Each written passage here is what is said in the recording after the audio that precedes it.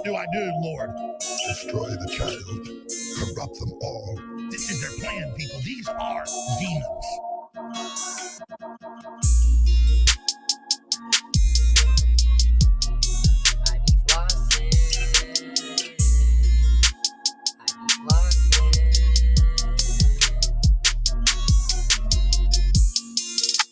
Hey, Vsauce, Michael here.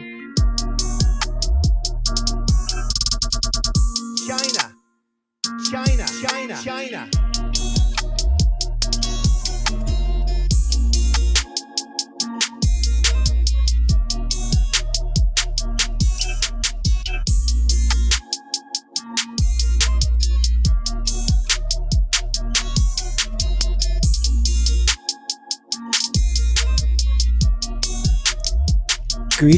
Greetings.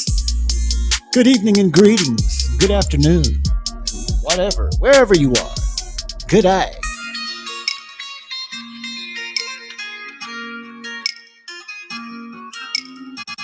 Thank you, Sarah, the instrumentalist, for a funky tune we like to call Houston Barbecue. Yeah. Excellent.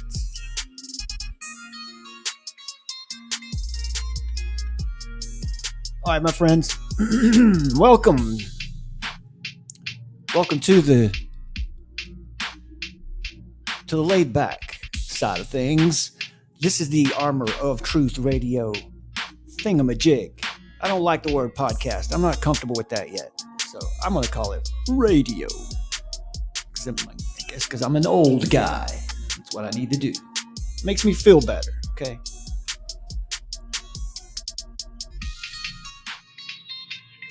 But this is the stream where we kind of just sit back and we look at things, we take it all in, we relax a little bit. We don't drill down quite so hard on these individual issues. How can you take anything serious? Will Smith sitting right there in front of your face, right?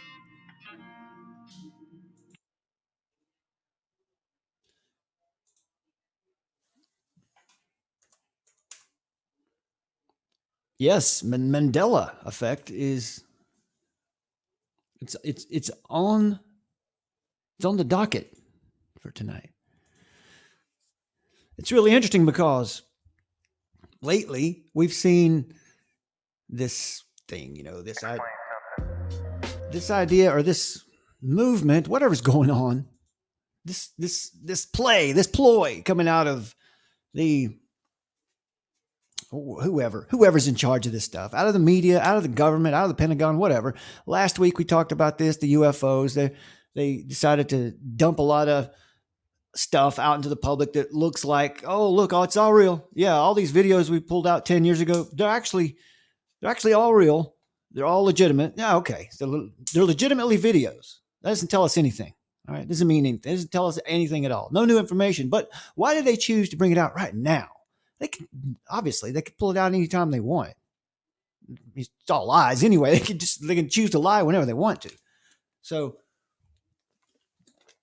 why right now for that kind of information? Does it seem like a good time to pull it on people? I don't know, but also now, right on the heels of the big UFO release or whatever, we're getting Mandela effect back in the news. What's going on with that? I'm not here to tell you how to think about things. I'm not here to tell you what to think about Mandela effect or anything. Make up your own mind about that stuff. But to me, it's very interesting that it's back in the news right now, as everyone seems to be a very captive audience, or at least maybe right before things are allowed to go back to a hustle and bustle. Is it important to get Mandela back in the consciousness again? Is that what's going on? Who knows? I mean, this is an article from today. We'll get around to that article in just a minute. They go down and they list the top 10. This is from Mental Floss. Article from Mental Floss. So, there you go. They want you to be thinking about that right now for some reason. Because you don't get headlines for no reason.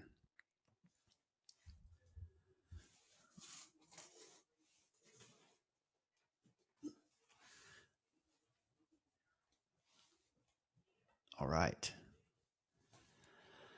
Before we get over to that, let's look at this. Let's look at this because you're going back to work.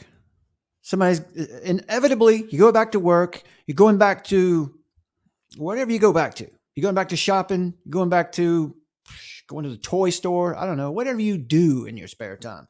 Once you get back to that, you're going to run into people telling you to wear a mask wherever you go. People are going to be walking up to you. Yeah, welcome to the store, sir. Here's your mask. That's okay. I don't want to wear a mask. Oh, well, I'm sorry. I have to ask you to leave the store.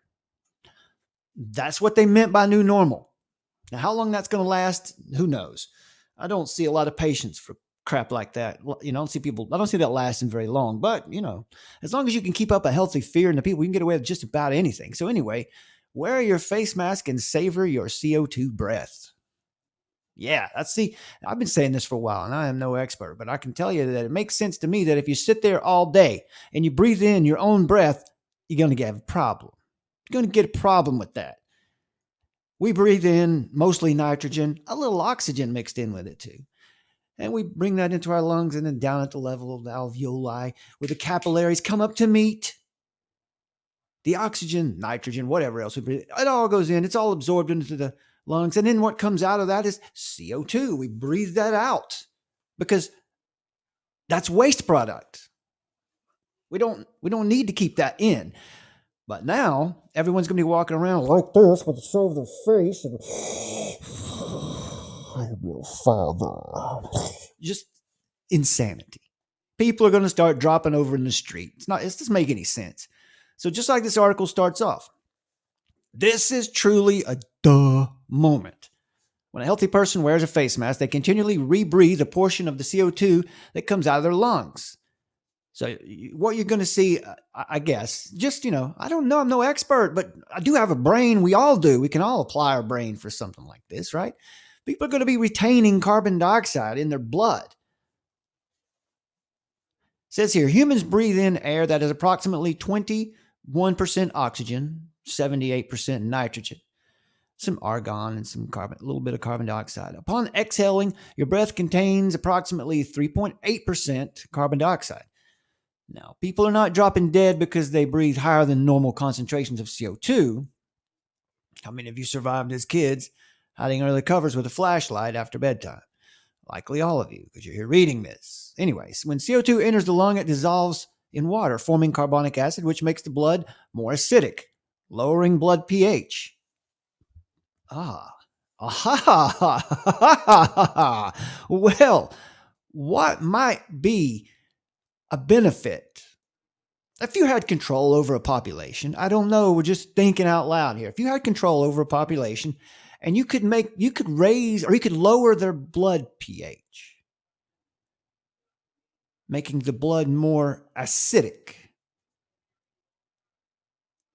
what benefit might that have? I don't know. I'm just asking, but this seems to be an obvious side effect of everybody walking around with masks on. Possibly a lower blood pH, more acidic blood. Now let's do some research and find out what kind of ailments having acidic blood could cause. Anyway, that's homework. I'm giving out homework. At the same time, excessive CO2 concentrations leaves less oxygen to be absorbed. So we'll be lightheaded. We won't be as sharp. Other aspects of body chemistry are affected as well. When wearing face masks, especially for an extended period, or during higher than normal physical activity. Can you imagine higher than normal physical activity? They mean exercise. Can you imagine people exercising, running with masks on their face? Welcome to Bizarro World. It says here, some people will experience symptoms like rapid breathing, rapid heart rate, dizziness, muscular weakness, emotional upsets, and fatigue. Yay. Welcome to this safe new world where no coronavirus lives. We all die of our own CO2 breath. Fantastic. It says here, of course, it is up to each person to decide what is good for their own health. Well, in a perfect world, where everyone was allowed to think for themselves, that would be the right thing to do, but that's not the world we live in. He says here, this writer has already decided to ditch the mask for fresh air. Me too. I'm not wearing a mask anywhere. I carry that thing around my neck just in case. I'm doing the ministry. So, if I'm going to meet people out in public, I can't afford to have a barrier between me and them. And that means also if somebody wants me to pull a mask up over my nose while I'm able to tell them something about the gospel, I have to do that. But that's, that's not everybody. That's not for everybody. That's just me. But I'm not advocating masks. I think it's silly, but it's not always about me. Anyway. So, yes, each person should decide what's good for their own health, but that's not what we see out here today. It's not what we hear in the news. It's not that's not the message we get from our officials right now. The message we're getting from our officials is we'll tell you when it's okay to do this and how you have to do it. We'll tell you, we'll take care of you. We're the government and we're here to take care of you because we're efficient. We can do good things like that. And here's the common sense part of this now. Admittedly, it is right for a sick person to wear a mask when they find it necessary to be in public setting. All right. And for us, anybody that's generally healthy, if you're going to go be around someone who's compromised, old people, sick people, look, the same stuff we've always been doing, the same things we've always been doing. That's what we need to do. We just need to use common sense. For some reason, half of the country, I guess more than that, probably 90% of the country has forgotten that we actually know how to take care of ourselves during a pandemic because we do it every year. We have a pandemic every year. We've had a pandemic every year for the last 30 years. It's called the seasonal flu. Same thing.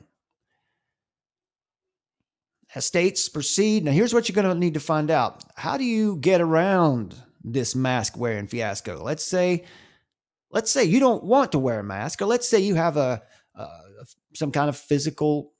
You have a medical reason to not wear a mask. Like it makes good sense to not breathe your own CO2 all day. That's a good medical reason.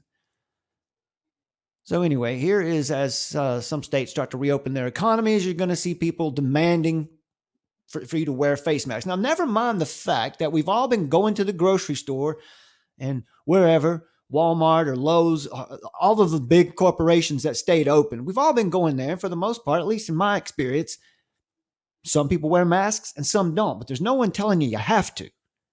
Now, why all of a sudden when they quote unquote open things back up, where's the scientific foundation for why we need to wear masks at all?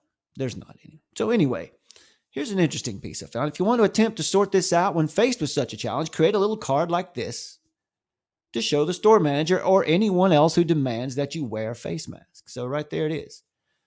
A little thing you can put on a lanyard, wear it with you. I am exempt from the governor's regulation mandate face mask usage in public. I'm exempt from the governor's regulation mandating face mask use in public. Wearing a face mask, I can't speak. Wearing a face mask poses a health risk to me. Under the ADA and HIPAA, I'm not required to disclose my medical conditions to you. And then it gives some numbers. We can see for a violation, you can get in touch with the Department of Justice, ADA, violation information line. Get some very important sounding numbers here. I don't know what these numbers are. I guess I assume they're legitimately what they say they are. But it says here at the bottom, to all government agents, please provide lawful and necessary consideration to aid the bearer in the unimpeded exercise of their constitutionally protected rights. Thank you for your understanding and assistance. Now, how well do we think this is going to work out? How many people are going to read that card and go, "Ooh, wait, yeah, okay, let me back off here"? Or how many little 27-year-old Gestapo are going to be at Costco just waiting for you to show up so he can throw that mask on your face and demand you, and boss you around? Listen, people who have a little taste of power are going to be loving that right now. They're going to be using that power, that perceived power. What's important to remember is they don't have any power. Every bit of power they're claiming to have right now, these people in these stores, what is just based on confidence. It's just confidence. There is no law anywhere to back any of this stuff up. But you got to understand people who want to be safe, people who don't know any better about what's actually going on behind the scenes with this farce, people who think that this is a real pandemic. You have to be considerate of those people because they're in fear for their health. regardless of whether the threat is actually real, still have to be aware of how these people feel because they're not convinced. They don't have all the information yet. They don't know. They don't quite know the truth. So we can't be running roughshod out there. We have to go at this with a plan. And I think this card is probably a good way to go about this. You can just maybe, we don't want to be a part of the problem. We would like to be part of the solution. But there comes a point where you have to just say, just here, there no further. You're not crossing this line any farther. So it's just something to think about. Now, here's a piece of interesting information that I couldn't help but show because let me just show you, first of all, the date on this article, September 22nd, 2018, from Health Freedom, Idaho. Okay. So we got an article here that's a year and a half old. They didn't know anything about COVID-19 back when this article was written. But look at this title. This headline: your employer cannot force vaccinations or a mask. How interesting is that from a year and a half ago? Attention healthcare workers. Okay, it's directed at healthcare workers, but let's continue. Your employer is guilty of discrimination when they force you to vaccinate against. When they force you, that's weird. People don't have editors anymore. Attention healthcare workers, your employer is guilty of discrimination when they force you to be vaccinated against your religious and or moral conscience. They are guilty of discrimination when they force you to wear a mask. How about that? They are guilty of discrimination when they force you to wear a mask. September 22nd, 2018. While the federal government doesn't have the authority to override the state's vaccine mandates, now there's just a throwaway sentence that looms pretty large, doesn't it? While the federal government doesn't have the authority to override the state's vaccine mandates, that can be good or bad. It can enforce the right to freedom of religion or moral conscience for those individuals who are against vaccines. Now here's the problem with this article. No one is against vaccines. We're against getting sick. We're against poison. If you can show us a vaccine that does what it says it can do, any vaccine anywhere that can do what it says it claims it can do, and doesn't have side effects that are far worse than the intended effects, because there are no such thing as side effects. If you can pull that out and show us one of those, I don't think people would be against vaccines. I think it's the fact that people's kids are ruined and harmed for life after getting a vaccine is probably why people are against vaccines. So, but inherently here, this movement is not against vaccines. We are against damaging human beings unnecessarily. As if there is a time to necessarily or purposefully damage a human. It says here there are several opportunities for employees to protect their rights in their employment in the healthcare field. Religious conscience is tied to a religious tenet or belief. Moral conscience is similar to a religious exemption, but goes further and is more like a personal belief exemption and doesn't rely on a religious tenet. Anyway, we've seen this recently. I did a video not too long ago about in New Jersey where they won a small battle in the religious exemption, the right to have a religious exemption for vaccines. I mean, forget about religious exemption. What in the world happened that we woke up one day and it became mandatory to shoot chemicals into your kid that you don't know what they are? You're not even sure that we just do it because it seems like the right thing to do. That's what I did. I'm not calling anybody out. I'm guilty. I did it too. We just all go along to get along. We don't really ask very many questions out there. Oh, we're going to give your daughter these shots here. So yeah, okay. I guess that's the right thing to do. You're the doctor. You're the smart guy. So I'll listen to you. Those days are over. You can't live like that anymore. You'll get yourself killed acting like that. So today, we pay closer attention. I don't know. So anyway, this was an interesting article. I just see it up there. It's year and a half old, and we're talking about legalities of being forced to wear a mask or not.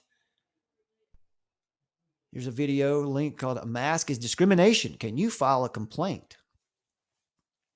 It's weird, isn't it? Let's get this.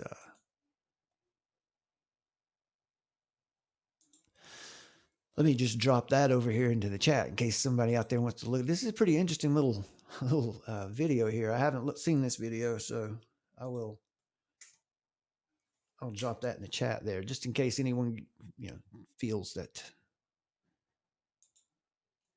that scratches your itch for digging into something like, look at that. It's 2 years old and they're talking about whatever. Let's move on. So there's that. There we talked about masks. Talked about getting sick, wearing masks. Talked about how your employer cannot force vaccinations or a mask in an article that's a year and a half old. How about that?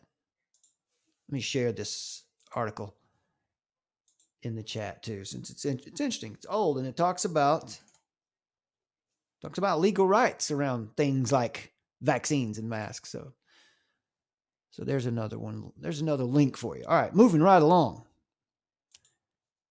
No dead air here.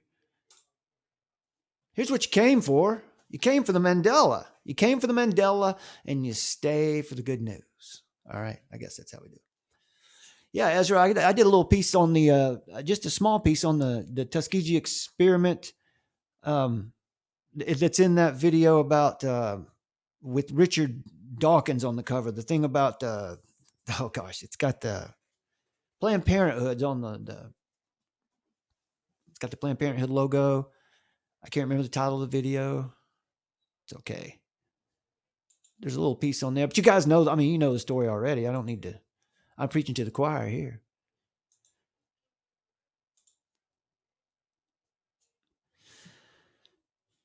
Yeah, it's over here. It's one of these videos.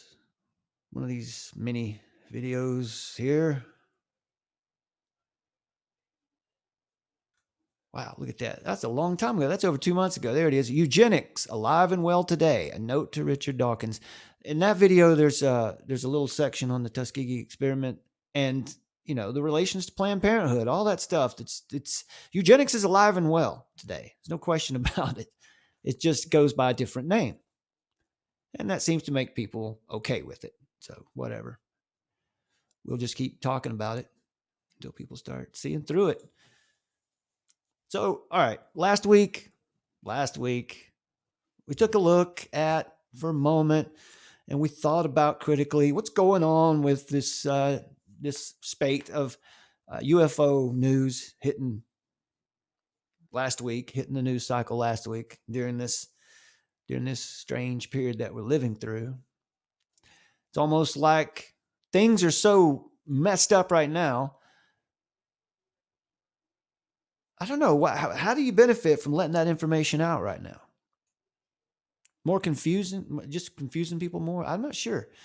Anyway, so we come this week, 7-10 days later, and we've got Mandela back in the news cycle. At least it is, this small article here, but that's mainstream. It's mainstream enough. So let's see what their article says, and let's see if we can figure out where they're trying to take this narrative. I'm not here to tell you what Mandela effect is. I'm not here to tell you it's not anything, false memories or what. I don't care about any of that. What I care about is, why is it there? Why do they bring it up? Why are they talking about it? Where are they heading with it? Because, you don't get a pure narrative anymore. A pure narrative might last for about a week, 10 days, maybe 2 weeks, like the narrative of the protests, like when they happened in Michigan and Ohio, those two first protests that were real, that were actual protests, where people were just had it and they were angry and they weren't out there violent. They just made their point. Well, since then, it's changed. See, the narrative has changed. It's been infiltrated. Anyway, this is interesting that Mandela would be out right now. Where do they want to take it? Okay, so anyway, Tom Cruise really dance in his underwear and a pair of Ray-Bans in Risky Business? If you answered yes, you might be suffering from the Mandela effect. All right, so we're probably going to get lots of ridicule here in this article for sure. Would you believe us if we told you the most famous line of 1980 Star Wars sequel, The Empire Strikes Back, was never uttered? Darth Vader doesn't really. We all know these, don't we? Darth Vader doesn't reveal his paternity to Luke Skywalker by saying, "Luke, I'm your father." He actually says, "No, I'm your father." Now, the point I want to make with all, let me finish this line before I go off on this. The line is but one instance of what blogger Fiona Broom dubbed the Mandela effect a decade ago, after she learned that a number of people shared her well, it says here, erroneous belief that human rights activist Nelson Mandela had perished in prison in the 1980s, when he actually died a free man in 2013. And we should believe both of those. Either one of these numbers, we should believe either one of them. Why? Why are we made to assume that either one of these numbers are the acceptable number? Come on, man. It's easy to see right through these articles. They're just look right there. You know, whatever you might have thought about history, we're going to hem it up for you in a nice little, right here. Just a nice little patch for you right there. This is what happened to Nelson Mandela. This right here is what, in case you had forgotten, this is what happened to him. It wasn't the other thing. It was this thing. Whatever. All right. With apologies to conspiracy theorists, the idea of a shared false memory isn't proof of alternate realities. I don't know many sane people who argued that point at all. So there you go. Taking the straw man argument, taking the worst parts of the argument and offering it up. All right. It's simply a product of how our brain works to retrieve information. That might be true. What we know about here's a quote. What we know about false memory is that it arises through the reconstruction process. This is Gene Brewer, PhD, an expert, of course, is going to tell us how it all works. An associate professor in cognitive psychology at Arizona State University. Listen, I don't think this information is fairly solid. We don't have to act like anybody's trying to sell us a bill of goods here. We know that the mind makes up things. We know that the mind makes up things, mixes things up all the time. That's how the brain works. If it's relevant, it tends to stay fairly clear. If it's on the peripheral of your memory, it's not going to be that clear. Things we look back on, and here's my point about Mandela. I've always had the same perspective. I don't care about the argument one way or another. Is it a real thing? How do you know? Your perception of the world is not really a real thing if you take it that far. But the idea that man's artifice is somehow something you can count on, the idea that whatever man creates, should we expect it to remain pure, unchanged throughout the years? I mean, we're not creators. We're rearrangers of matter. We haven't really created anything. So anything we come up with is just artificial. So when we look back on what Mandela effect is and does and what people say about it, well, it's my opinion that people sometimes give it too much attention, because why in the world, why wouldn't we expect artifice to change and morph over time? I mean, if we know our minds work a certain way, and we know that man can't create anything, he can only rearrange matter around, why would we put so much faith in the idea that these things ought to remain the same? If that makes sense. I don't know. That's my little bit on it. Anyway, so here's one, the Monopoly man's monocle. So I guess when he has a monocle and when he doesn't.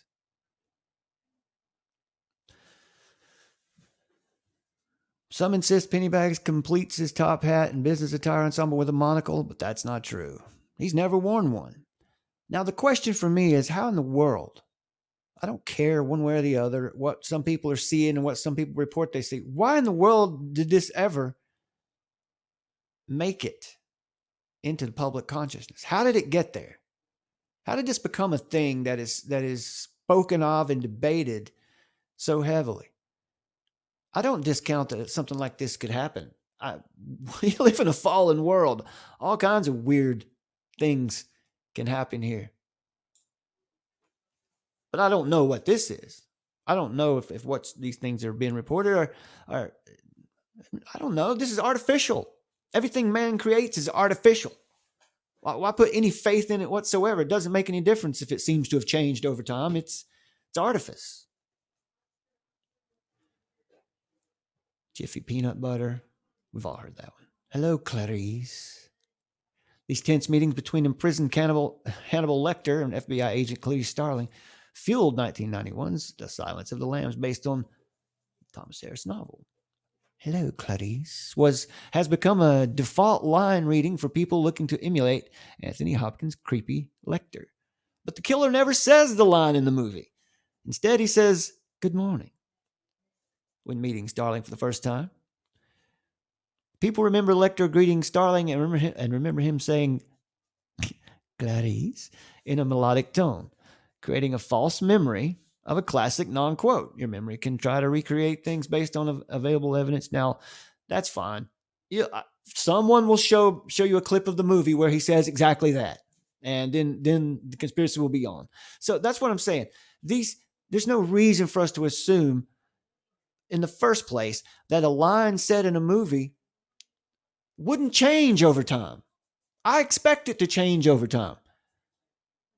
Now, that doesn't mean that malfeasance is afoot. I mean, but we do know there's a spiritual side to things. But I don't think that's what this is. I think this is just things change. The 400th time the movie is dubbed, things can change.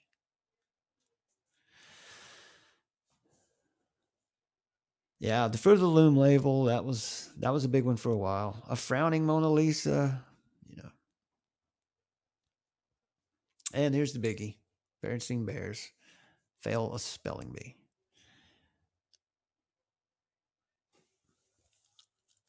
Do we think it's impossible that when these like a run of books was being made that they may have just printed some wrong?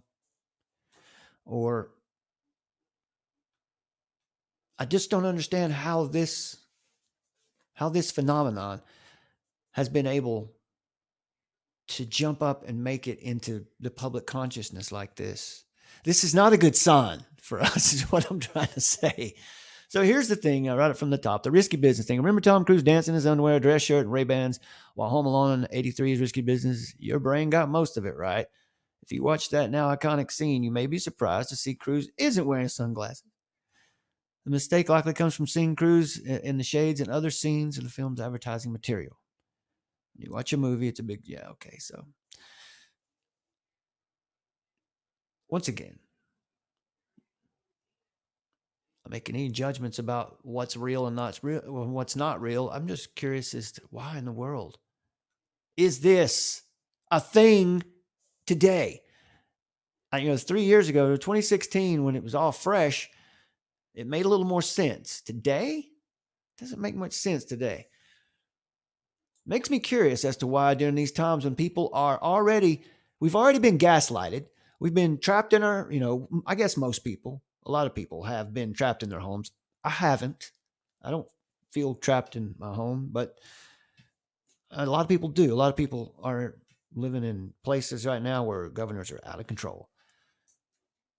So I think people are vulnerable right now. I guess they figure we're vulnerable. We'll take this information on board and then they can tweak it however they want to over time. This is a good time maybe to lay down new ideas in our minds from the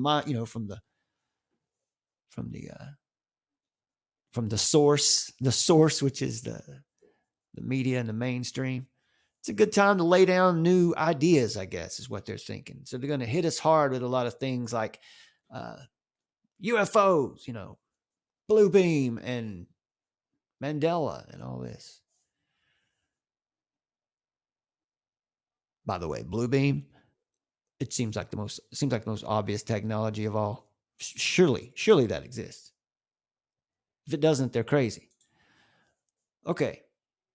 So those are 10 examples of Mandela effect. I can't drop anchor there too long because it is such a seductive little rabbit hole. So we move on over here. Let's just say hello. What's going on here in the chat? There's Nana P and Pam Pants talking it out, discussing things. I'm not sold on the Mandela effect. Yeah, I feel you.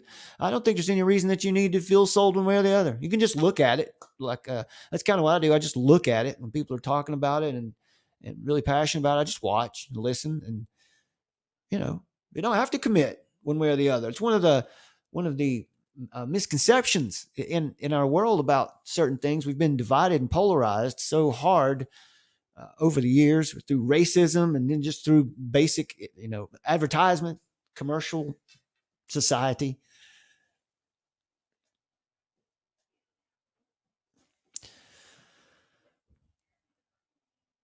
Ezra says, yeah, we know the mainstream are promoting the vaccines and the masks. And Pam Pants says, I'm saying it's witchcraft, not a theory. I'm telling you. Interesting conversations going on in the chat. You guys hold it down over there, and I'll move on. Because that topic could pull me right. I could get pulled right into your conversation. That sounds interesting. But I want to get through this one piece right here. Now that we've covered some of our, less salient topics, let's go into something here a little different now. This is what I titled this stream this way for Artifice. What did I call it? Yeah, and Arrogance. Artifice and Arrogance. Now, let's just go through now. This is how we do comparative religious study. We're going to look at this Zen Buddhist teacher, Thich Nhat Hanh. This all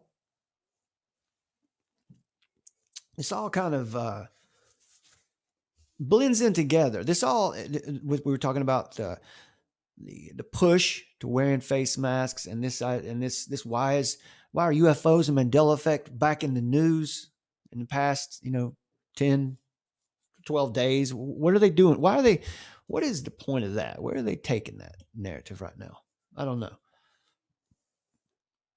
But it all matches up to the idea of man's artifice. Whatever man creates, it always ends up in a cluster. It just always happens. We can't really create much of anything. We can rearrange things. We can create some things in the physical world, I guess. You can look at it that way. But what about Zen Buddhism? Let's take this quote here. Let's try to see if we can find truth in Zen Buddhism. Just from this article. This is not a religious study. Just from this article, because this article is making some claims. So let's see if we can find the truth that they're talking about. Because we assume that the claims that they're going to make are going to be true, or they wouldn't be making them, right? So the first quote from Han here is, to love without knowing how to love wounds the person we love. Unquote. Now, without digging too deep there, that sounds contradictory. To love without knowing how to love, and then it presumes that we don't know how to love and that we also love. I don't know. What's he trying to say here? To love without, is this really profound is what I'm getting at here. Is this actually a profound statement? To love without knowing how to love wounds the person we love.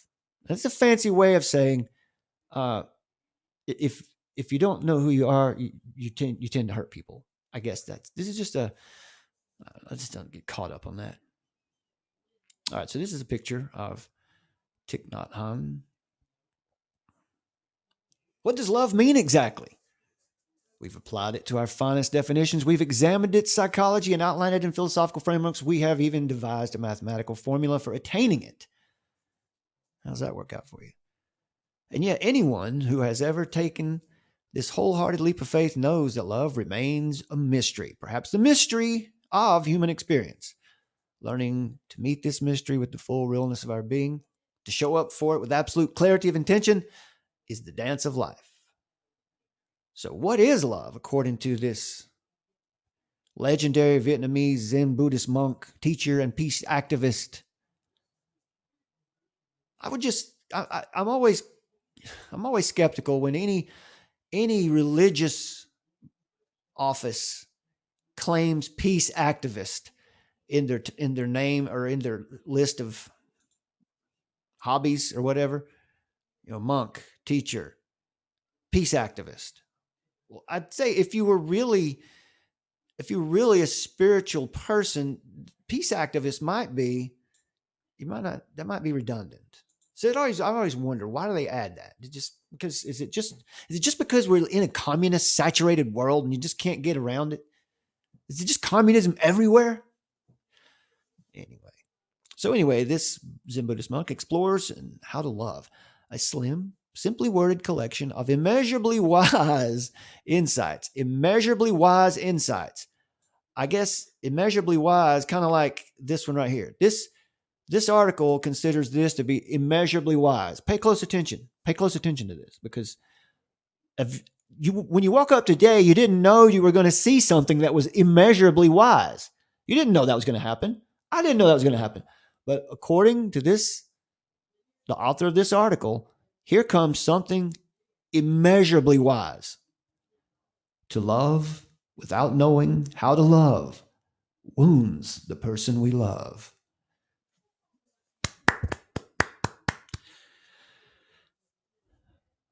I want to be charitable, but I got to rib the person who wrote this article a little bit. I mean, come on, man. Immeasurably wise? I mean, that's high school kids write that in their poetry books. I mean, come on, man. Immeasurably wise. Why is it that you see in mainstream sources, why do they need to always build up these other religious figures? Any figure from any backwater religion, I don't know, any of them, or any of the major religions, as long as they're not Christians, they always get these glowing words. That's what legendary Vietnamese Buddhist monk, teacher, and peace activist wrote. I mean, he's legendary. And of course, his simply worded collection is immeasurably wise. Wow. It says, indeed, in accordance with the general praxis of Buddhist teachings, Han delivers distilled infusions of clarity using elementary language, I'll agree with that, and metaphor to address the most elemental concerns of the soul. To receive his teachings, to receive his teachings. Now there's some imported language. I wonder why I chose to say it that way. Let's read on and find out. To receive his teachings, one must make an active commitment not to succumb to the Western pathology of cynicism. What in the world does that mean? Our flawed self-protection mechanism that readily dismisses anything sincere and true as simplistic or naive. You mean that alert system in our head? You mean that bullshit detector, right? We shouldn't use that. We shouldn't let that be turned on, right? So already I'm not hopeful for Zen Buddhism, at least according to this article. When it tells you have to turn off your bullshit detector, be concerned. Because that's not what Jesus Christ asks you to do. It's not what the Apostle Paul asks you to do. In Christianity, you're asked, come reason with me. Come and reason with me. This stuff is not far out. We've got evidence. We've got more evidence than you can shake a stick at. We've got a lot of evidence, okay? Lots of evidence. And none of the teachings from Christianity are like these other world religions. There is nothing in Christianity that says, turn off your bullshit detector. It's about to get weird. We don't get that. You don't get that in Christianity. Now, some are going to disagree. Yeah, you're going to go back to the Old Testament, and you're going to start pulling up. You're going to start pulling up stories, and you're going to start assuming things, and you know better than that. Surely by now, you know better than that. All right. To receive his teachings, not just read the book. You have to receive his teachings. One must make an active commitment not to succumb to the Western pathology of cynicism. That's your BS detector. Our flawed self-protection mechanism that readily dismisses anything sincere. You know, like Zen Buddhism, anything sincere. At the heart of Han's teachings is the idea that understanding is love's other name. And that sounds beautiful, doesn't it? Once again, at the heart, now this is at the heart of Han's teachings, this legendary Zen Buddhist monk whose writings are immeasurably wise, it says at the heart of his teachings is the idea of, quote, understanding is love's other name. Listen, just open up the Gospel of John and read 2 verses. You want to understand what's about what it looks like when people are saying profound things? This is not profound. This is man's artifice gone off the rails. The idea of man convincing himself that just because I sound important, I'm clearly very important. That's how it works. He goes on to say here, says that to love another means to fully understand his or her suffering. Suffering sounds rather dramatic, but in Buddhism, it refers to any source of profound dissatisfaction, be it physical or psycho-emotional or spiritual. So that's the suffering. So in Zen Buddhism, suffering is life. It's just life, just general life. And that understanding is what everybody needs. If everyone could just understand everyone else's suffering, then the world would be a perfect place. In Zen Buddhism, that would be heaven, I guess. So Zen Buddhism apparently has no concept, no awareness whatsoever of the fact that we're in a fallen world, that things are winding down. They're not winding up. Things are coming to an end. You know, we're over the hump. So Zen Buddhism has nothing to say about any of that.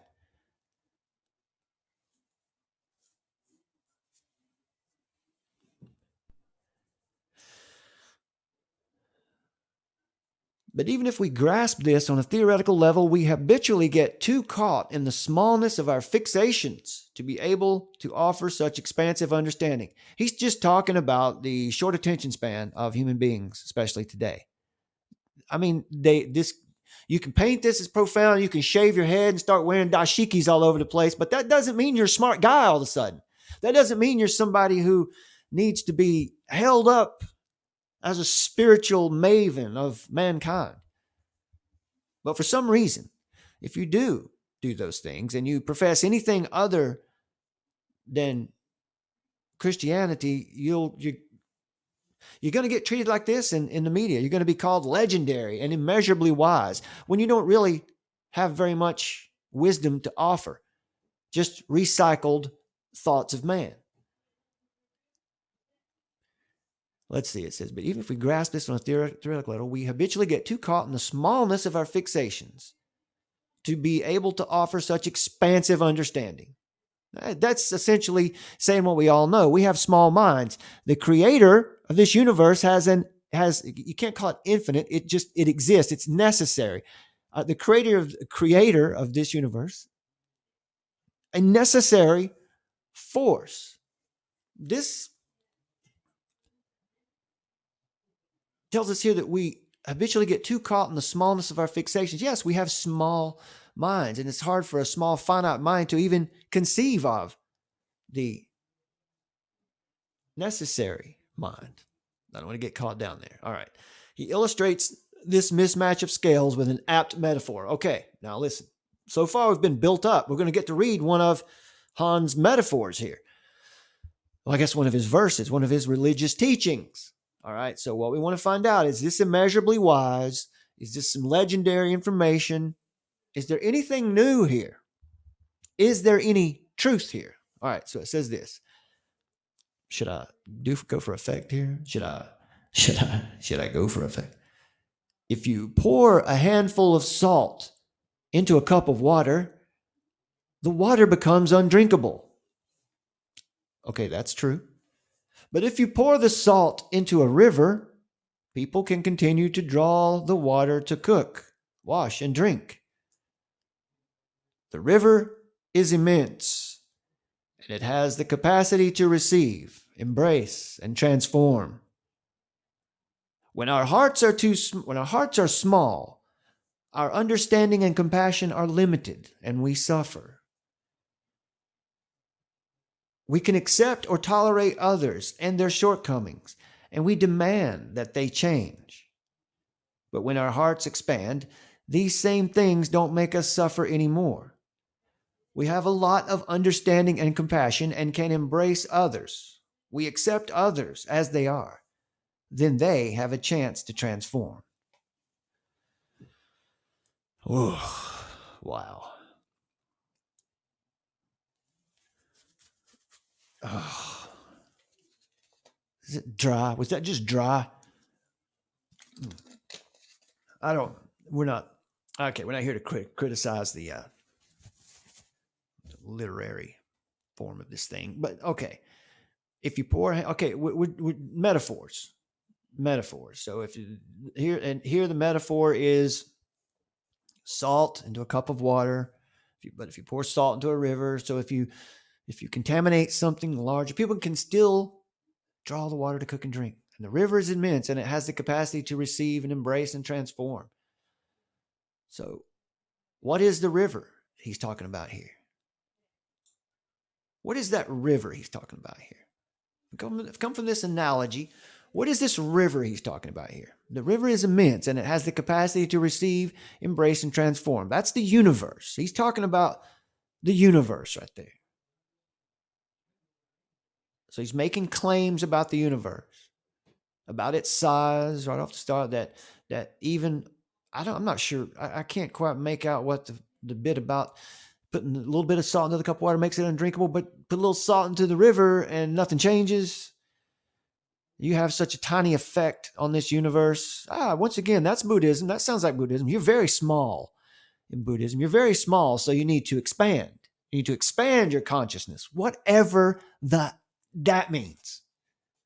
I was in it for years, folks. I'm telling you, expand your consciousness means nothing. It means nothing. It's not a real thing. It's just words that make you feel like you're doing something special. Just pray and ask God to fill you with the Holy Spirit and all that stuff, so it seems to work out. You don't start asking for weird things like resonance and frequency and shifting. You don't need all that crap anymore. Anyway, so the universe is immense, and it has the capacity to receive. Okay. But here's where we're given the universe anthropomorphizing the universe, giving it human qualities. So we're off the rails there so far. When our hearts are small, our understanding and compassion are limited, and we suffer. Okay, so that's when you're selfish. When you're selfish and you're using your bullshit detector, your heart is small. You understand? This is globalism. The reason this is important, I guess I should have said this when I started here. People figure out, what are you doing this Zen Buddhism for? This is the idea of globalism. This is the type of religion that circulates inside the walls of the United Nations. They have a meditation room there. This is what it's based in, this kind of thinking. Zen Buddhism, the Baha'i faith. Talked about that here on this channel. It's probably time to do that again. So we've got some new folks around here. It might be a good time to introduce everybody to the Baha'i faith, which is, if there was going to be a candidate for the thing they would pick to be the one world religion, if you didn't think it was going to be some form of Catholicism or something, the Baha'i faith is a pretty good candidate because it's got all of this in it. It's all one world. Everyone worships the same thing. That's the way they see it. So if we're limited and small, if our hearts are small, in other words, if we don't go along with this sort of man-made spirituality, then our hearts are small, and our understanding, compassion are limited, and we suffer. We become less useful, less smart, less wise if we're following Jesus. Is what the claim could be here. We can't accept or tolerate others and their shortcomings, and we demand they change. Yeah, that's human nature. That's a fallen world. Now, that's the thing you see in Buddhism, lots of these Eastern religions, the idea that you're going to change the world. As a human being, somehow you're going to change the world. You hear that all the time. That's what Greta Thunberg is, that's what she's in the media for today, to change the world, to convince everyone that you can change the world. You can't change anything. You can't change the world. The world is going to do what it's going to do. It's going to move the way it's going to move.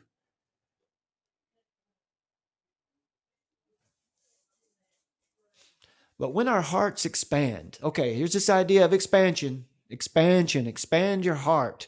We're going to cut you down. You're going to be living in something the size of a honeycomb for the rest of your life, but expand your heart because, expand your heart, whatever that means. See, when our hearts expand in Christianity, in God's word, you get an explanation for what it means for your heart to expand.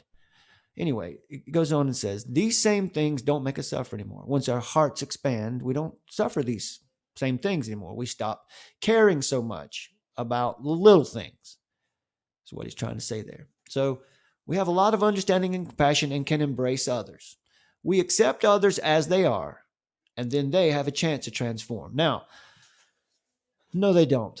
You can't change people. This is the biggest lie that the self-help movement panders on to people today. We can accept others as they are, and then they have a chance to transform, or somehow we're going to do something that's going to help this person change. You can't change people. You can do things for people, but you can't change people. That's just obviously a false teaching. This is all false teaching, but what you hear here, there's nothing here that really says anything. All it's telling you to do is don't be small-minded. Be ready to accept any of these spiritual ideas I might throw at you. And don't be asking me to offer evidence for any of it. Remember, we got to turn off our bullshit detector. He told us that right up here. That's what Zen Buddhism is. When you get rid of all that, up here it is. To receive his teachings, one must make an active commitment to not succumb to the Western pathology of cynicism. The Western pathology of cynicism, also known as common sense. Don't succumb to common sense when you're taking in Thich Nhat Hanh's readings, his immeasurably wise readings. Yeah, we wouldn't want you to use your common sense. Meanwhile, when you read the New Testament, you see, come reason with me. Okay. So anyway, what we get here is the general one world, the idea of, this one worldness. We all need to be one. We're all worshiping the same God anyway. We can accept others as they are. See, what you're missing here from Zen Buddhism and all of these sadly false religions is the fact that they don't understand the true nature of man. Man is fallen. We're in a bad way. We're sinful creatures. You never see that. You never see anything about how broken man is in these Eastern religions. These old Eastern religions, these traditional things seem to me, in my opinion, to be more like today what we call self-help gurus. Tony Robbins, if he lived 2,500 years ago, would have probably started one of these Eastern religions. It's self-help. It's not really doing anything. It's an effort in trying to train the brain to create an experience. Train the brain to create, to create your own reality. That kind of nonsense. There's no truth underlying it, underpinning any of it. But nonetheless, when it makes it into the media, it gets all these terms like legendary, and immeasurably wise. Here's another parable from the great Han. When we feed and support our own happiness, we are nourishing our ability to love. That's why to love means to learn the art of nourishing our happiness. Understanding someone's suffering is the best gift you can give another person. Understanding is love's other name. If you don't understand, you can't love. I don't understand.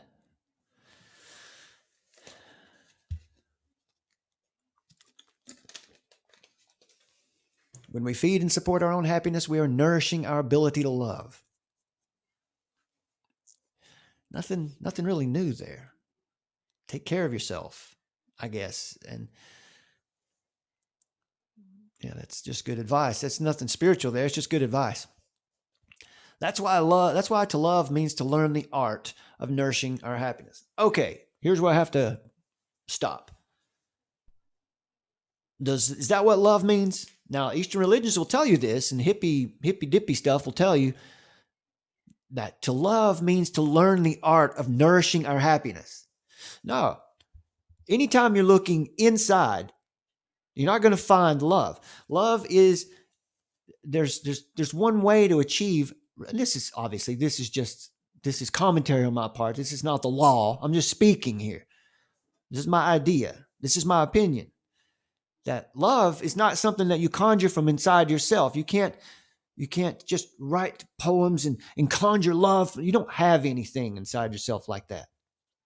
People think they do. People love to think that we're, we can do a lot of things, yes, but we can't give ourselves more credit than we deserve. But love is not something that you can conjure from inside. The only thing that you can conjure from inside yourself is vanity and desire. Things that aren't always bad, I guess, but, in the right place. But the love has to be a gift from outside of yourself.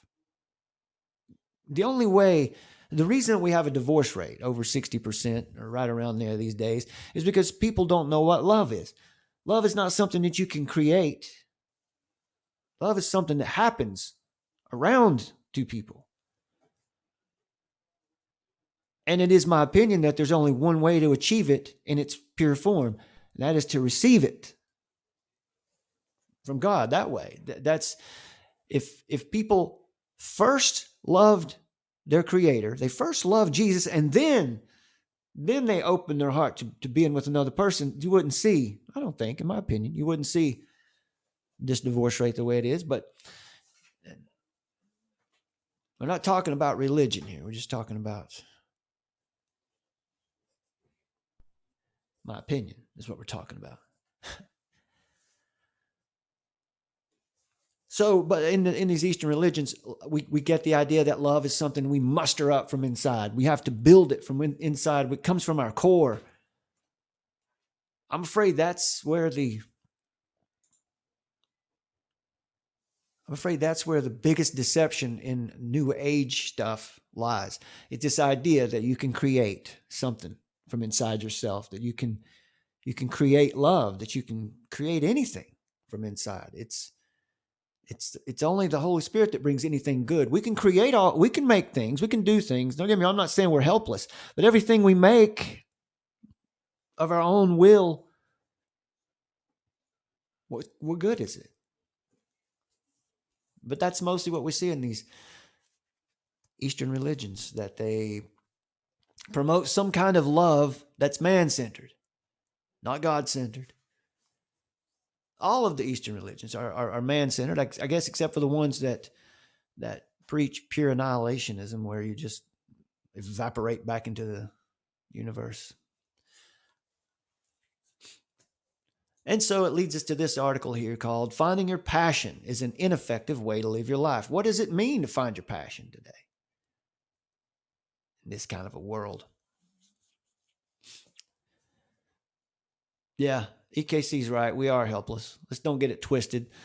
I don't need to get it twisted sitting up here. We are helpless. We are helpless in that sense that we need a Savior. So when Steve Jobs delivered his commencement speech to Stanford University class 2005, he instructed them to find their passion.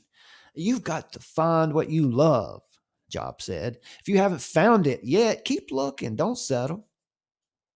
Even if you're starving to death, right? Don't settle. Keep looking for your passion, even if you're starving to death. So bad advice right there, right off the top. Jobs, no doubt, had their best interest in mind. Did he? Did he no doubt have their best interest in mind if he told them, don't settle? Even if you're starving to death, don't settle. I'm being a little too hard. I'm being a little too hard on this writer here. Sarah Sloat is her name. Not making that up. That's her name, Sarah Sloat.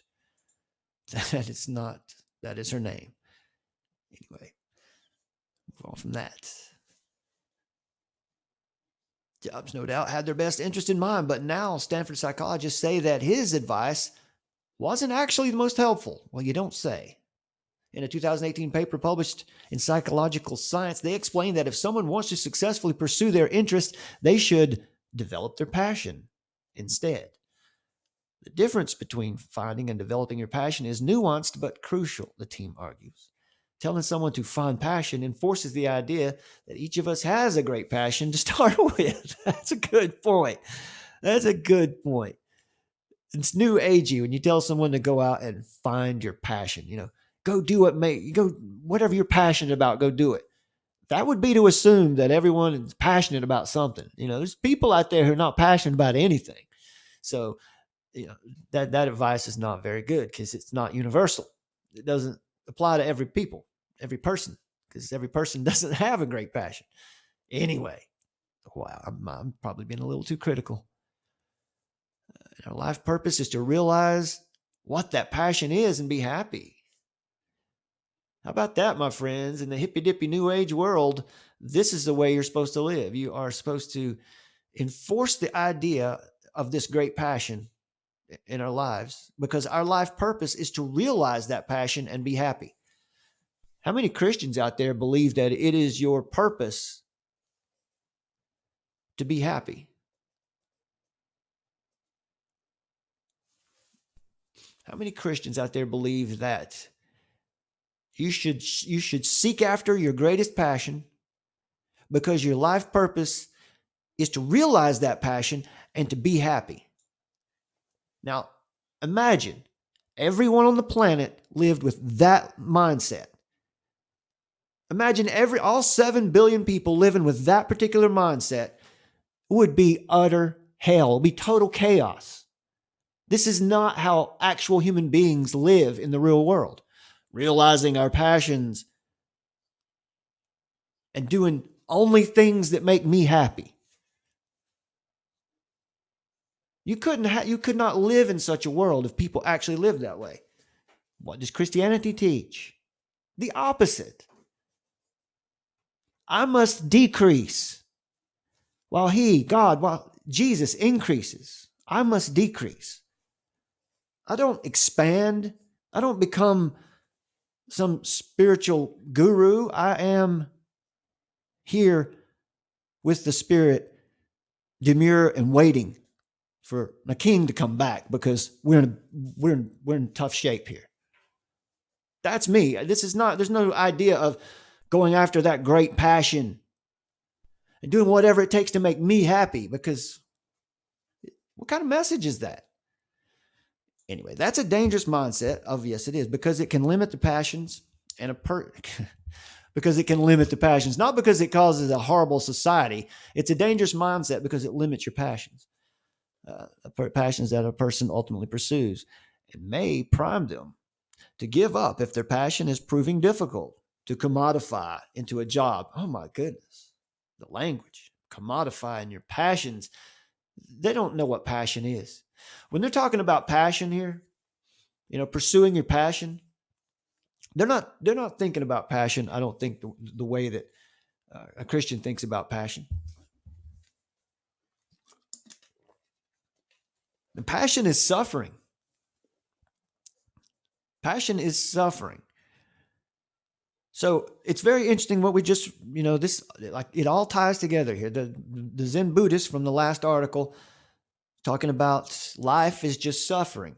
Now, here we're talking about it again, seeking your passion. Well, passion is suffering, seeking your suffering. So the messages are, they're convoluted to say the best out here in the mainstream. If this was all you read, you only got your information from these mainstream sources, you can see how confused someone would be. If you didn't know anything about, if you'd never taken seriously scripture, anything like that, and you thought this was what the world really was like, this was the world, you would be so confused at what these people are saying.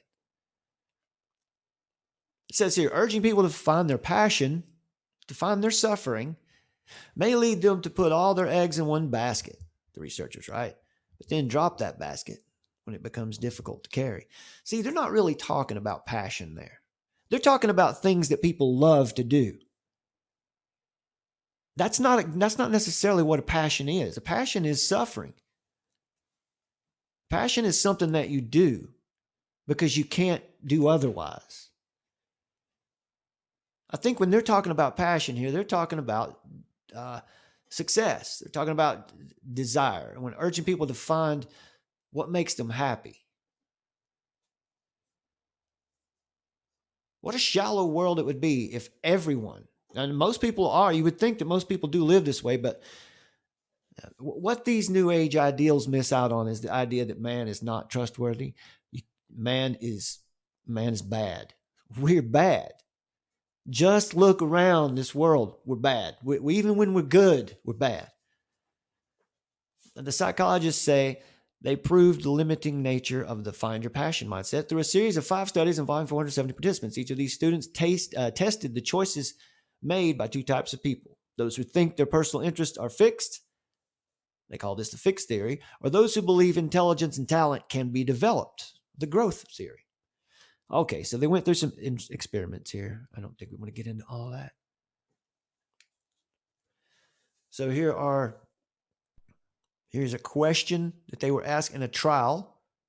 Participants were asked to respond to several open-ended questions about passion, including, for example, once someone has discovered a passion, what happens to their motivation as they pursue that passion? Will they have limitless motivation?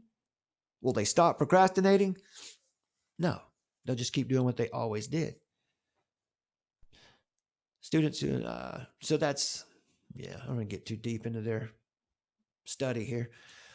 But the idea of what is your passion, man? What is your passion? What would you be willing to suffer for? What do you think? What is your passion? If someone asked you, what would you say? What is your passion? What is something that you would suffer for? And could you put them in priorities? If there's more than one, could you make a list of priorities that you would suffer for? Now, that's what it's like living in the real world. That's what it's like to be here and living in this life. And as a human being, as at least right here anyway, as an American, whatever I am, whether I'm a United States citizen or American citizen, I can't keep up with it. I don't know what I'm called. But that's what it's like living here in the world today. You're bombarded by all of these ideas telling you how good things are if you just follow man's way. If you just follow this way we've figured out over here. We've got a new way for you to come try. You're going to be happy over here because we figured out how to live over here. That's what you're constantly hearing. That's what this idea of going after your passion. Everyone's seeking after a passion, and they're all suffering. Isn't that interesting?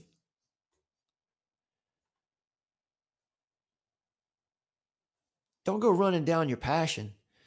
You already know where your passion is. The thing that you would suffer for is the one that's already suffered for you.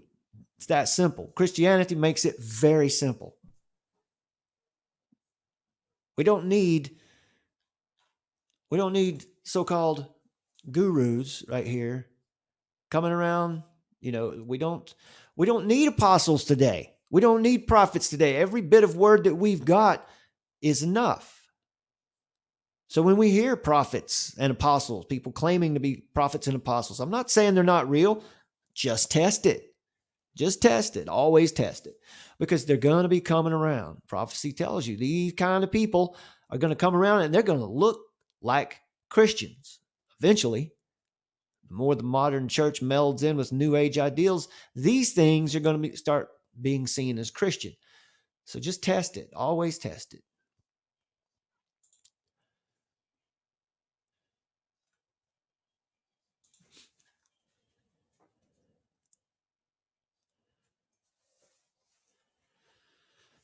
EKC in the chat says too many people are suffering to simply have things of the world. Isn't that true? Isn't that true? All that passion. That's interesting. That's such an interesting use of word. Go get your go seek your passion, and we know the passion is suffering.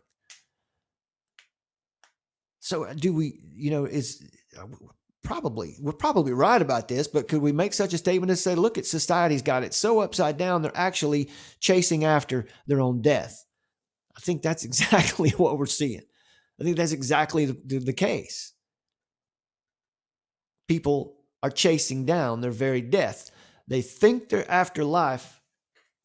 What they're chasing down, all they're finding, all they're catching up with is death.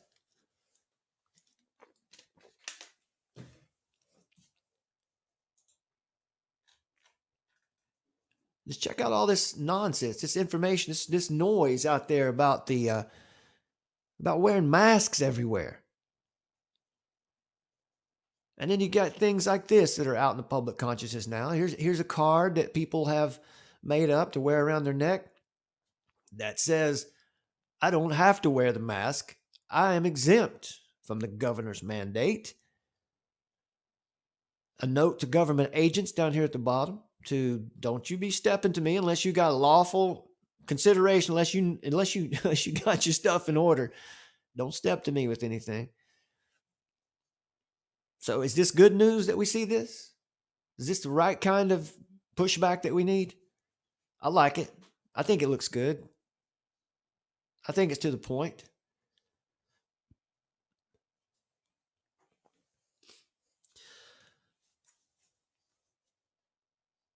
We're in a war, my friends. We're in a war.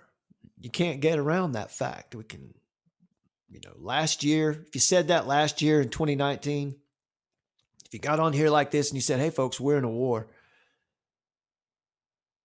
you probably would have been criticized for being a little bit of a fearmonger. As we sit here today in the spring of 2020, we're actually under attack. There's just no other way to describe what we see happening, what has happened.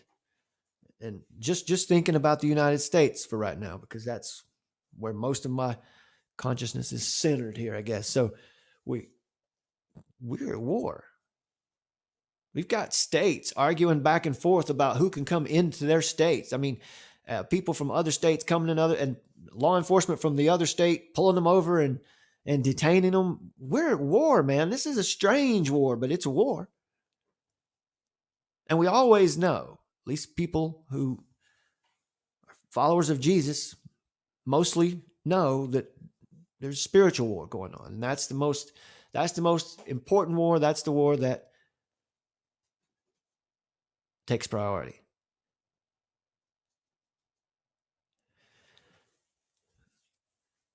Interesting point Ezra has made in the chat there. Islam is all over Europe, replacing Christianity, taking over North Africa, strong in America. Wouldn't be surprised. Antichrist is Islamic. Yeah, it's a good point. I've always had my my eschatology anyway. Always had Roman Catholics at this, as the host of that Antichrist seat. But I don't hold hard to that stuff anymore. I know prophecy is conditional. We don't know exactly how things are going to play out, but we know what good candidates look like, and Islam sure does look like a decent candidate, in most ways. And if they don't look like a good enough candidate yet, things can change. Things can change to make them look like a lot better of a candidate too. You just can't be too tied into one eschatology these days, or you end up having an idol. You ever found people who have a certain eschatology, a certain way that they are absolutely sure that future events are going to play out, and they will fight you over it. They will divide with you. They will divide a church over it. That's not necessary. That's not necessary to do. But it happens, and we see it happening. That's the kind of thing we see happening in church today. It seems like it's weird. It's weird that people, that on one hand, we're going to argue with one another about something like who the Antichrist is or isn't, and we might even divide a church over it. But when it comes down to the state stepping in and saying you're not allowed to meet for worship anymore, we just sit back and don't say anything? We're so bold, we might call the Pope the Antichrist, but when they come and tell us to go home, you can't go to church, we say, okay, Master. What happened, man? What happened? We got fat and happy. We got fat and happy in this country. We got real fat and real happy, and we forgot. We forgot what it meant to be free. We forgot that it wasn't easy. We forgot that being free wasn't a smooth ride. We forgot that the smoothest ride of all is communism, where everything is laid out for you. Mama lays your clothes out for you in the morning. It's all there for you in communism. The smoothest ride in town. No bumps. It's all there for you. They just lay it right out in front of you. You don't even have to think. Thinking is done for you. But freedom and liberty, that's a rough road. And we forgot about that. We forgot. We went to sleep at the wheel, and we let some real bad mofos come in and get up underneath this thing and ruin it. And it's our fault. It's our fault, because if anybody should be protecting your freedoms, it better be you. You can't hold anybody else accountable for protecting your freedoms. Not in this world. You better do it yourself. If it's going to be done, you'll have to do it.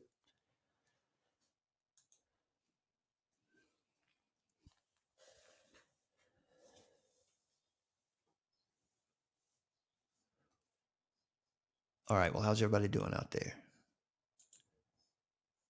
This feels kind of like a late night radio talk show.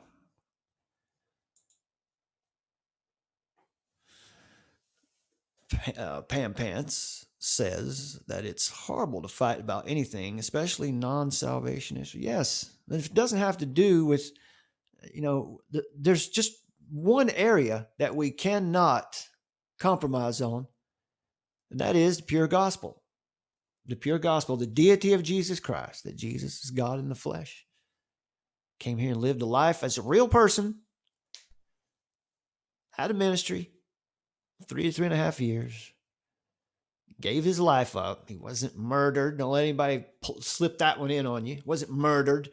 Life wasn't taken from him. He laid it down, and then he took it back up again on the third day, and that's the resurrection. And if we affirm that, that's Christianity. Almost everything else is a debate. It just is. But we don't have to compromise on the gospel. There is no compromise on the gospel. That's why it's simple. It's just simple. But you will have people divide over the gospel. But that's one area where, that is the area, that is the most important area that you shouldn't allow compromise on. But when it comes down to things like even evolution, I've come a long way in my thinking about that. I don't think people should divide over stuff like that. Because science cannot tell you one way or the other. And so if we're going to evangelize people who are bought into science, people who are thinking in that context, we're going to have to be able to reach them, find them on their own level. I don't know. Some people might make the case that evolution is a salvation issue. I've heard people say that before. I've never heard the case, but hey, I would listen to it. Those are just good points in the chat. I'm going off on tangents now.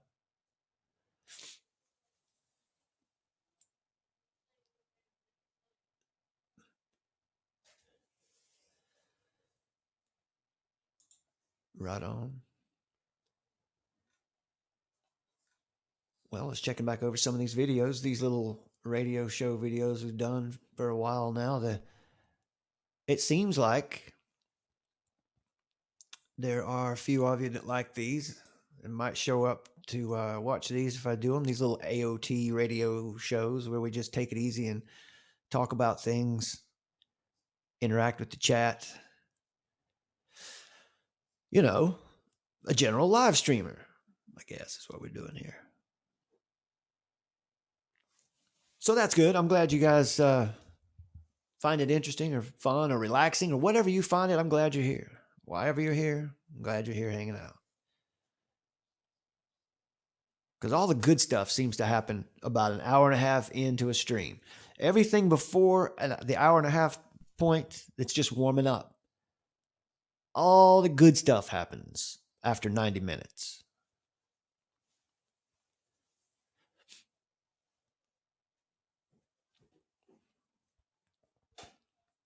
And then the air went dead. Funny.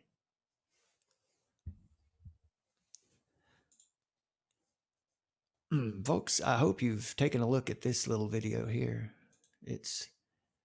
I want to tell you something about this video, if it'll ever play.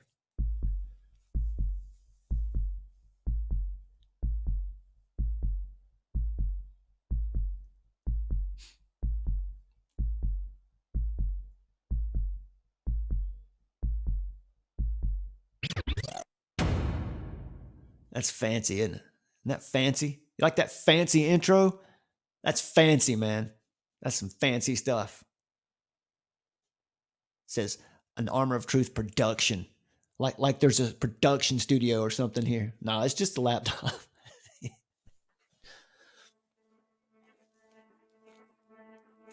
Since 9/11, at least, who has removed more of your rights, more of your freedoms? Has it been the mullahs in Iran? Has it been Vladimir Putin in Russia? Has it been Kim Jong-un in North Korea? You ever think about that? That ever cross your mind like it does mine from time to time? Everyone gets so bent out of shape about our policy with Putin. What are the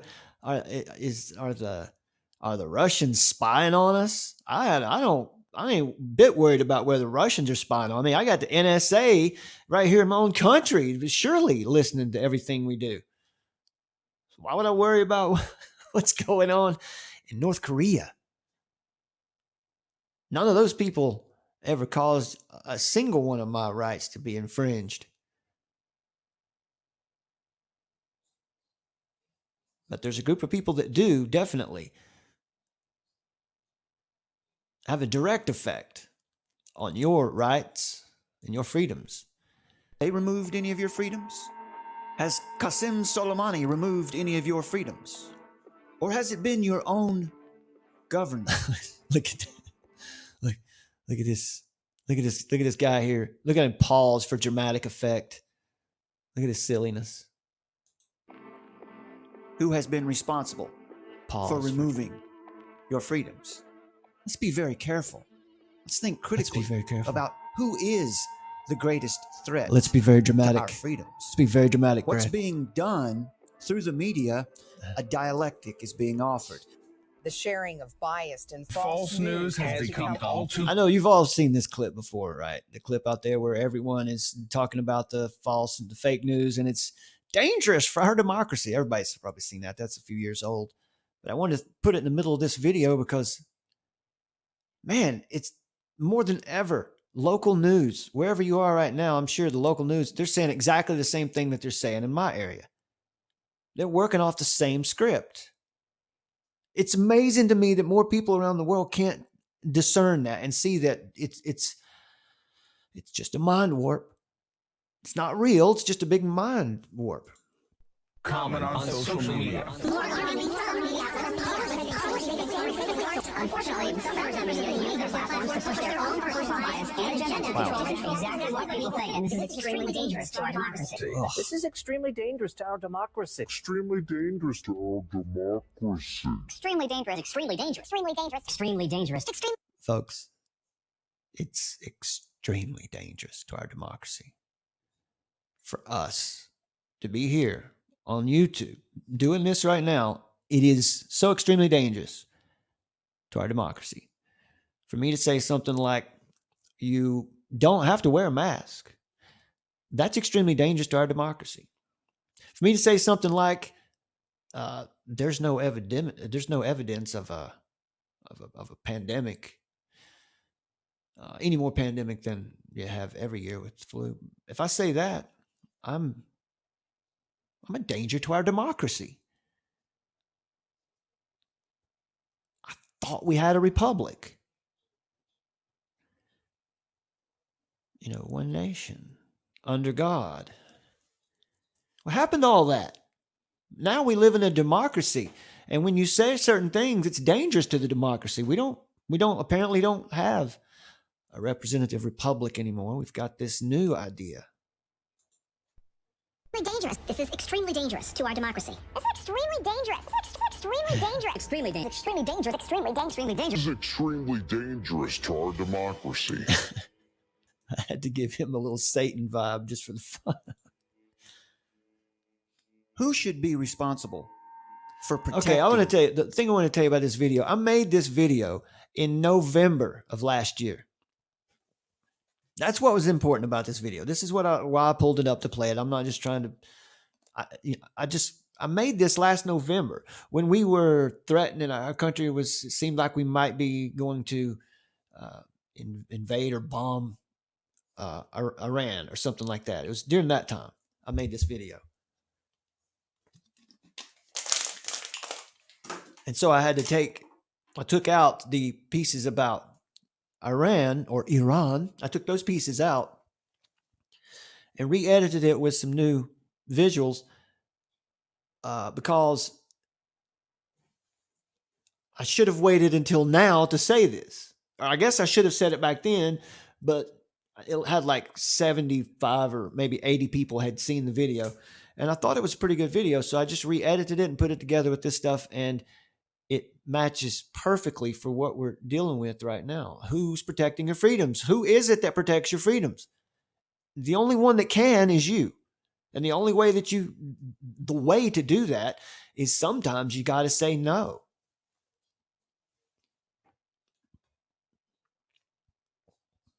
You just sometimes have to say no there and no further. Our freedoms. That job belongs to you. It's our job to do that. The government is good for a couple things. Protecting our borders. Protecting the nation. I was quite dramatic doing this read. Accepted as a virus. I was a little full of myself when I was reading. I was mad, actually. When I scribbled this out and recorded it first time, I was mad. I was aggravated at what I was seeing, like out on Twitter, fellow Christians out there just calling, we need to bomb Iran, bomb them right now, because whatever the news said happened. Everybody, all of a sudden, especially Christians, saw a lot of people who had a little cross beside their name or something, and they were demanding blood. It was strange, but anyway, that video was the core of this video is an activist post article titled "The 9 Freedoms or Liberties Lost since 9/11." That's where the information source. That's the source of the information. But in doing it, I found these videos like this guy right here getting felt up by TSA, just getting on a plane. Vital element of modern society. Now think about what we have today, right? The point we've come to today, where people have been, call it what you will, but they've been on house arrest for 2 months now. Been gaslighted, been traumatized, not ever going to be the same again. This 2-month thing that's happened here, this takeover, people are not for years are not going to recover over this. They're not going to act normal for a really long time. Now, I want you to consider this so-called new normal. And now look at this video, which is several years old. This now has come to the point where it's beyond acceptable. This is just a part of life now. Now think about 5 or 6 years ago, or I don't know, maybe 10 years ago, whenever, or back before this, the TSA got this bad. You could have never thought that you might see this happen. And now we're on the other side of that, looking back and saying, oh, this doesn't look so bad now, does it? That's how mind control works. That's how shaping society through media works. Get you to the point where you're so beaten down and submissive that you'll just stand there with your big guy like this, who could just walk onto that plane. No one could stop him. But he has to stand there, castrated, figuratively, of course, emasculated, no rights. This man here has no rights. This man in the black shirt, any presumption, any illusion, any delusion he might have had that told him he had rights, well, he doesn't have them. Because I'm sure if he would have had a choice, he would have said, no, I'd rather not have you run your hands all over me. So what that means is he didn't have a choice here. Don't get so worried about the new normal from coronavirus. Folks, this has been going on. This has been going on for years. This is old hat now. See, we've forgotten a few things. We're so happy to get back to work. We're so happy that somebody might play ball again that we're willing to just, oh, it's okay. I don't mind. I'll just run nude through the TSA from now on. This is bad, my friends. Millions of Americans routinely huddle in cramped airport security lines, removing their shoes and flashing their private parts to security agents via x-ray machines so as to avoid more invasive gropings. Recently, 2 agents were caught tag teaming to grope Americans treated like criminals by other Americans women, as other Americans walk by, oblivious. How about that? Now, someone's recording this, so we're glad they did, but what it picked up also, rather than just the guy being molested by the TSA, at least guy's hand down here on his foot. I mean, come on, man. That's flaky. Get out of here with that. It's nasty. Come on. This big old guy could stomp his head in. He should. Nah, he shouldn't. That's wrong. Okay. All right. I didn't mean that. This is out of hand. As other Americans walk by oblivious, paying no attention. They don't seem to care. As long as I get what I need, don't care about nobody's rights. You see, if we all decided to say one day, no, if we all decided on the same day at the same time to say no, we could affect any change we wanted, but that's not reality. Protecting your freedoms. Unsurprisingly, these practices fail to find terrorists 95% of the time. Look at this. They have a 5% success rate in locating terrorists. They have a 100% success rate in terrorizing U.S. citizens. All right, so and that's what they're there to do. They're there to terrorize you. They're not there to stop terrorists. Look at this silliness. Are you telling me they're there to stop terrorists? Here's the big trick about this video. They're very interesting. Otherwise, you want to say, oh, it's not that big a deal. We're so used to seeing people get felt up by the TSA now. It's not that big. Well, number one, they've traveled on a train. If you didn't notice, these 2 little guys to the right are, less than 12 years old, young boys, and their mother over here. See, this is a psychological beatdown. It's got nothing to do with terrorism. This is a psychological beatdown. If they didn't have this in place for 15 or 20 years, 15 solid years, if this TSA nonsense wasn't going on for 15 years, maybe we wouldn't be so willing to stay on house arrest in our homes. Maybe this kind of TSA nonsense, this kind of psychological beatdown, and this is what Days has been talking about quite a bit on his channel, the psychology, the gaslighting of population. That's the scary part, man. The scary part is the psychological effects this has on people. Look at these people. Now, here's the interesting part about this video. This was after they got off the train. Yeah, it's a train that was traveling by train. This was after they got off the train before they went home. Now, I don't know any more about it than that. Maybe they were going to travel on a bus next, and this was, who knows, but you can't justify this. You can't. You can try. You can give all kinds of policies and crap you want, but there is no way in a rational world where you can justify this stuff right here. This is agenda, man. This is narrative. This is propaganda. This is public relations. This is just public relations. That's what public relations looks like today. You're the public. The public is profane. When you look at the way the law, the foundational law of the land is set up, the public is profane. And that's how we're viewed. We're viewed as profane by the priests of the technocracy, the high priests of the technocracy, those who scientism is their god. Human mind is their god. The high priests of the technocracy here just trying to cleanse themselves, trying to, I guess, baptize these profane proletariat, these little vandals.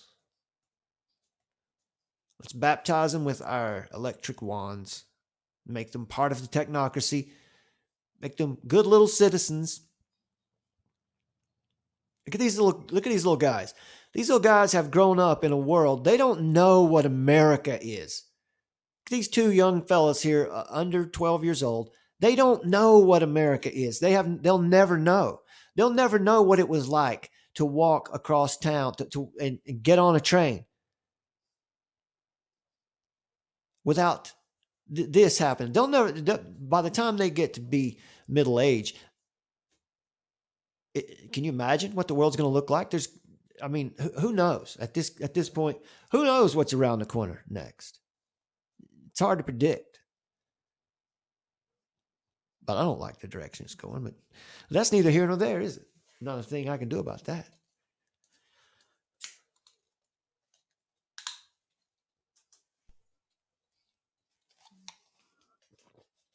So when it comes to protecting your freedoms, you'd better be protecting them.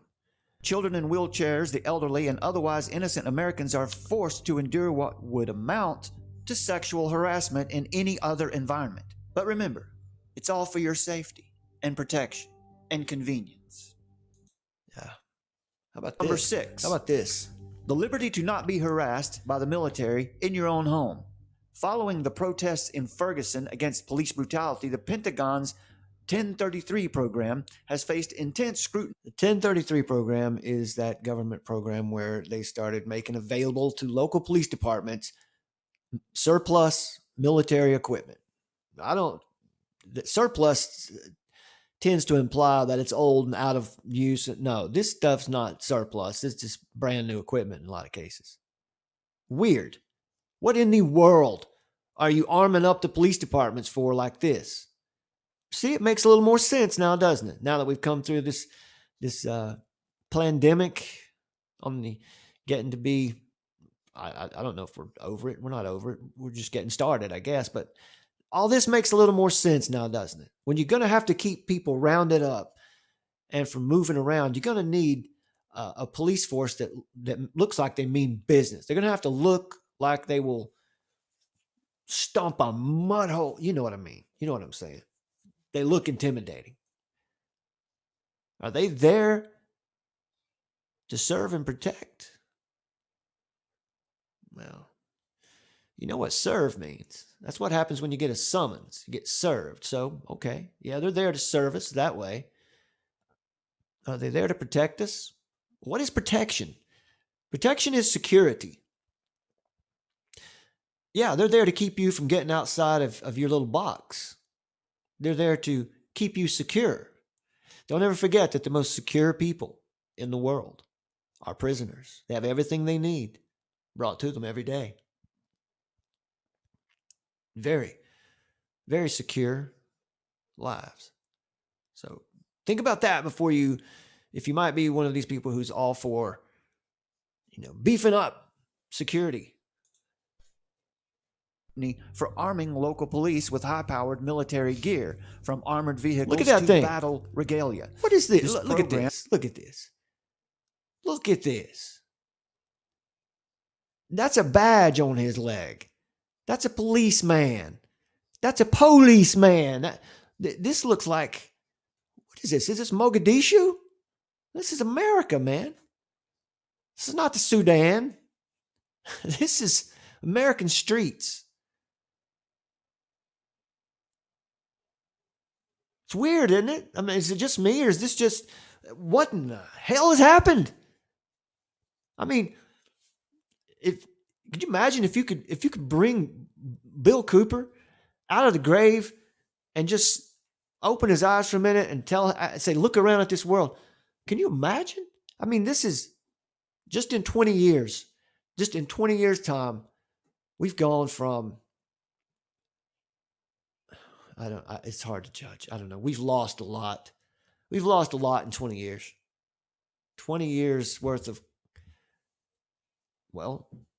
endless wars, more and more national security state. And this is what our police look like now. And we're okay with it. I know. We appear to be okay with it. And that's because more people seem to agree that we need this kind of security in our world. What you people have to understand is they're not there to keep you safe. They're there to keep you in your box. They're there to keep you from getting out of bounds. And now, they're there to keep you from walking on the street if you might be a threat to someone because of your possible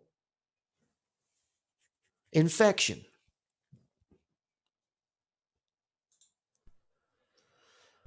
Has emboldened SWAT teams and other local police, paramilitary wings. Look at that thing. Look at that thing, man. Now, this is probably just a drill they're running, but still, drills are when you practice for the real thing. So they must expect at some point to mount up like this for what? What in the world are they mounting up against here? Are they going to serve a warrant to someone for selling pot? Or are they about to invade Mexico? What is this? How could someone ever at some level of law enforcement or government explain to me how this is necessary, that this is what we ought to be shooting for, that this is what we need in our little hometowns?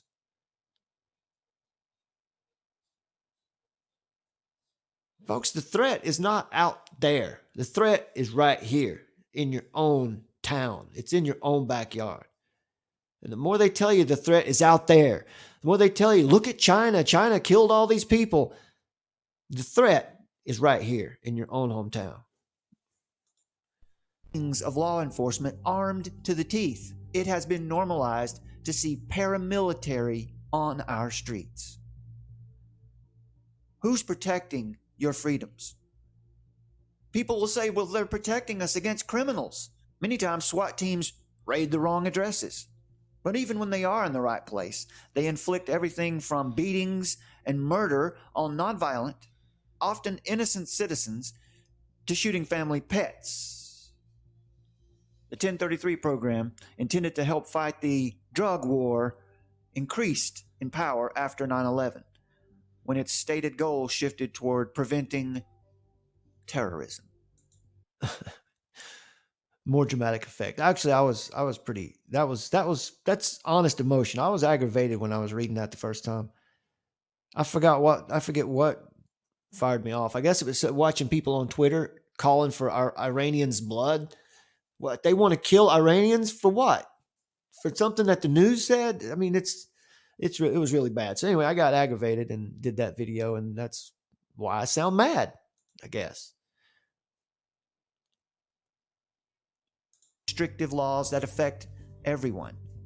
This is happening at the level of your local government, in your own backyard. So when it comes to protecting our freedoms, pay attention to your local government. Don't be so mesmerized by the media circus every day. Pay attention to what's going on in your own backyard. This plan is a whole life plan. It involves the educational system, the energy market, the transportation system, the governmental system, the healthcare system, food production, and more. It is a plan to inventory and control all of the natural resources, means of production, and human beings in the world. The plan is to restrict your choices, limit your funds, narrow your freedoms, and take away your voice, to manufacture consensus. And that's basically it. That's what we see happening. That's it, man. The Agenda 21 plan, Agenda 21, Agenda 2030, all the same thing.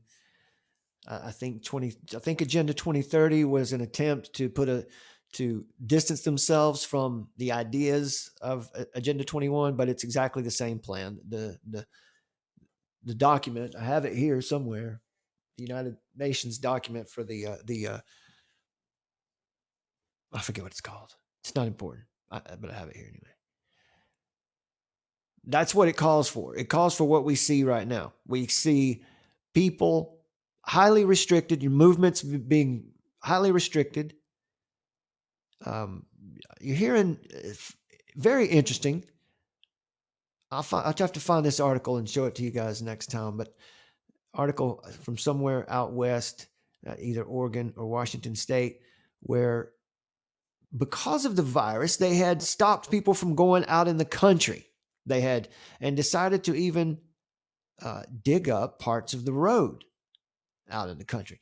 Now, what's interesting about that is that's exactly what is called for in Agenda 21, is get everyone out of the rural areas, get them into urban areas, so they can be easily tagged and tracked. We know where everyone is. And no one can live out in the country anymore. And that part of the plan even called up to eventually grind up the roads in the country. Very interesting that we see that in the news past 24 hours, where some state out west, I can't remember which one it was. I don't have it in front of me right now, but I'll verify that for you. Because that's crazy. That's uncalled for.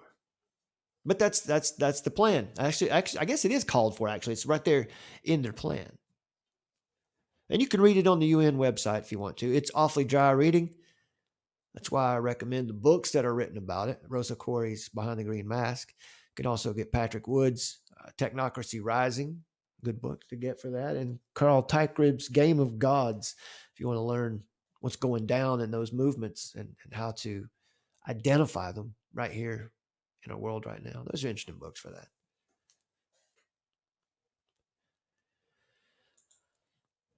So, my friends, as you can tell, my voice is almost gone. But this was fun. It was fun rapping with you guys for a little while. What? Absolutely. Ezra, you're on the list, man.